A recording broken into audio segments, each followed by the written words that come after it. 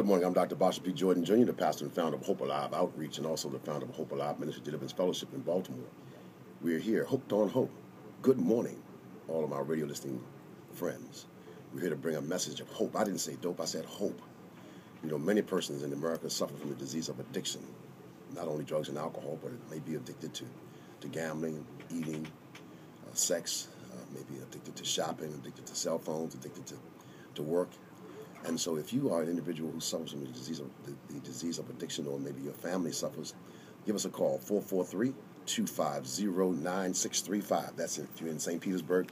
If you're in the Florida area, 443-250-9635. If you're in the Baltimore area, call us at 410-383-8055. That's 410-383-8055. You know, in Baltimore, our church is located at 2308 North Fulton Avenue, right in the fair city of Baltimore. Our morning worship service begins at 10 a.m. That's right.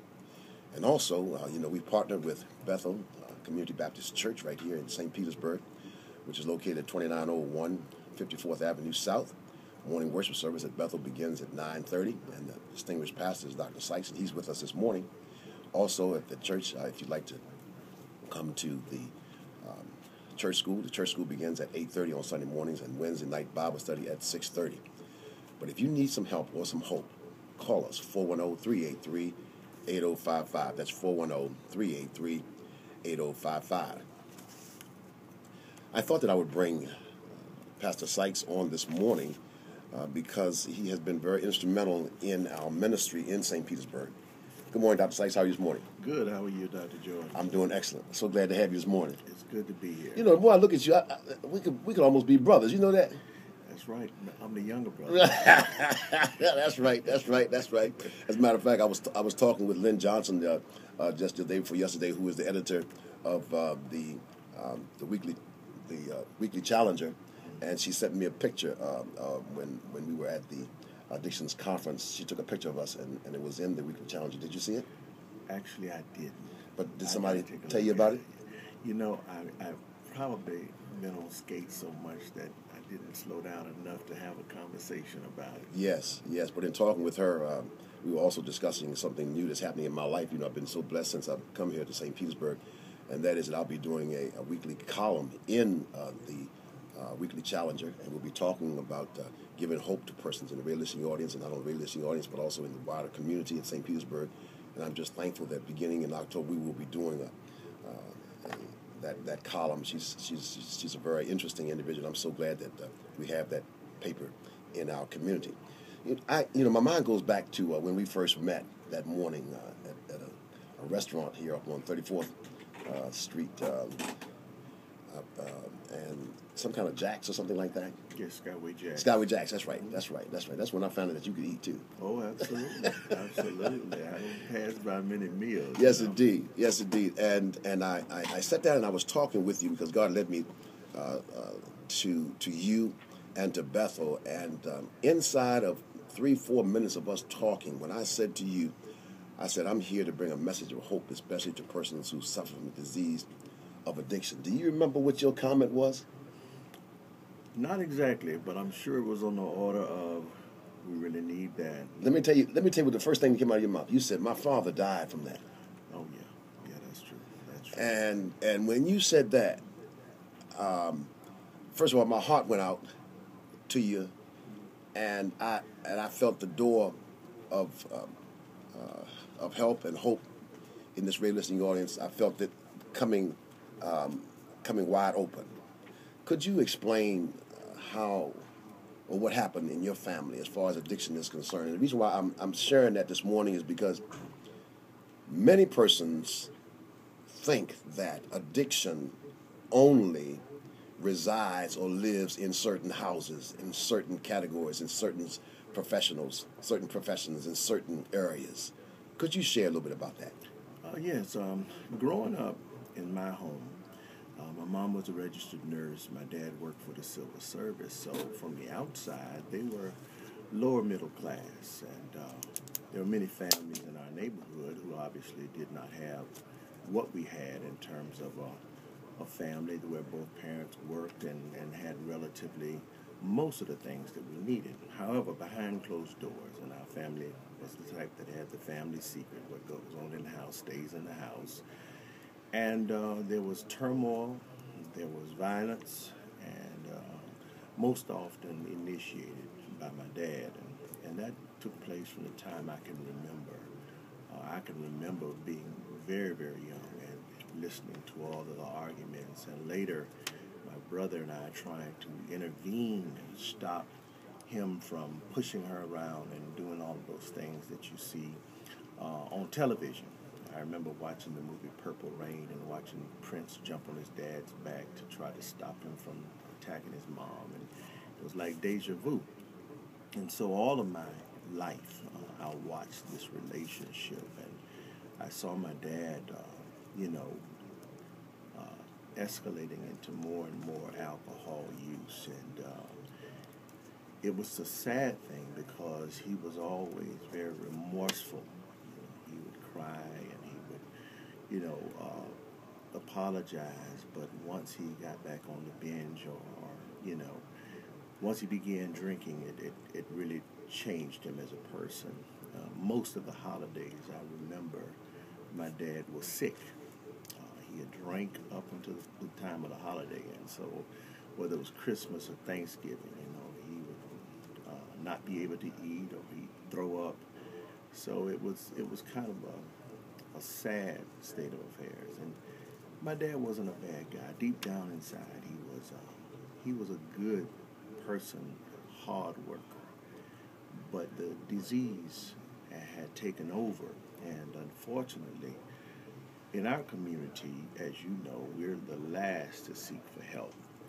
You surround yourself with people who do the same thing, so it normalizes that kind of behavior. So if you are a weekend drunk, as he was most of his life, you surround yourself with people who do the same thing, and it all seems to be normal.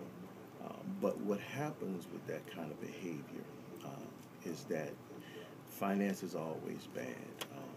Your little piggy banks, when you're little, you find them broken and the money gone, and things like that are painful and frightening, because as a child you don't really understand the basis for those kinds of things. And so it went from being frightening and mystifying to being embarrassing, because as you get older, you start dealing with kids, and they know your story, and they watch your dad, and they hear the arguments and all of that, and so it becomes an embarrassment, even more reason to try to keep it in the house. I can remember trying to get my dad off the ground. He'd get drunk and fall out on the ground. He'd drive home and just fall out on the ground.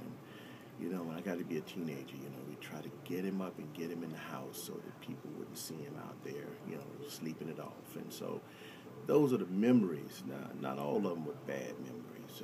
On his good days and in his good times, he was a good man and joyful and, comical. But over the years, my dad began to decline into more and more shame. And, of course, my mom was my closest ally in the family, but she had a way of compounding his guilt and shame. And so later, my oldest brother began to use drugs, and very bright young man, and he's a doctor now, but he began to abuse drugs, and I experienced some compulsive behaviors. At the time, I didn't know it, but it were compulsive behaviors, not stepping on cracks and all of those kind of things. It was compulsive, and there was a constant anxiety. When you say not stepping on cracks, you mean walking down the street and avoiding cracks? Avoiding cracks. Really? Just a number of things. Looking at things twice. There were just these compulsive behaviors. Yes. And at the time, you don't really understand what is the basis of it. You just feel compelled to do it. And so those are the kind of things that I experience. Whereas in my brother's case, my dad's case, it manifested itself in, substance abuse. And later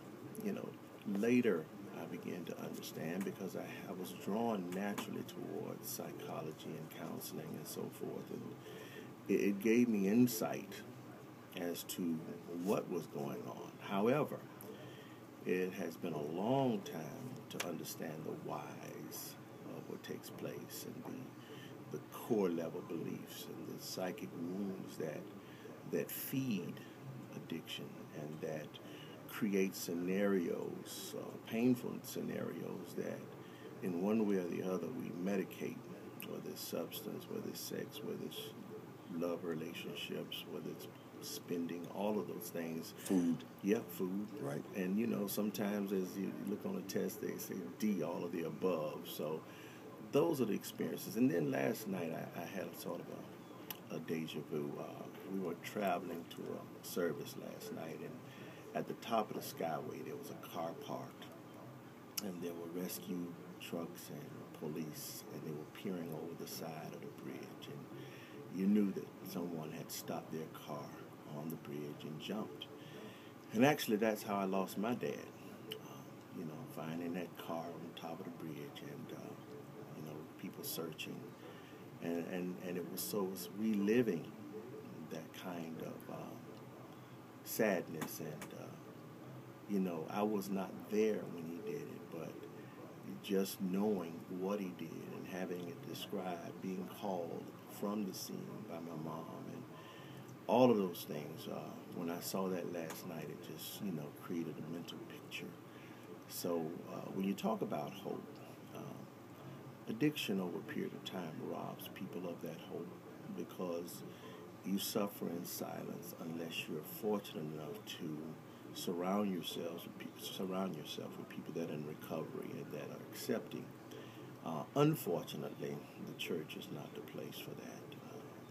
Church is a shame-oriented culture, and most often they make you feel not only sorry for what you did, they make you sorry for who you are. And very few are equipped to reach a person that's suffering. And the message really is, don't talk, don't tell, and to hide it as much as possible. And I theorize that many of the people who join church join for hope's sake. Yes.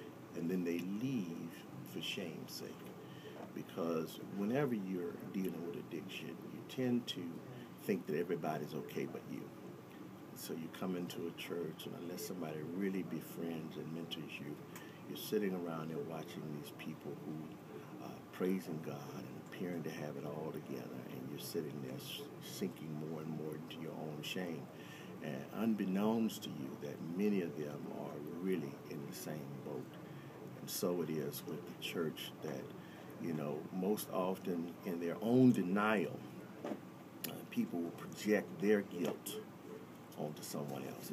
It's a wonderful thing in most people's lives, people to point at somebody else and say, see, your moat is bigger than mine. Yes. And so that's been my experience, and that's what draws me to addiction programs and counseling programs, because I experienced many years in my own way seeking the help that I needed to curtail and curb some of those behaviors. And it's been a journey.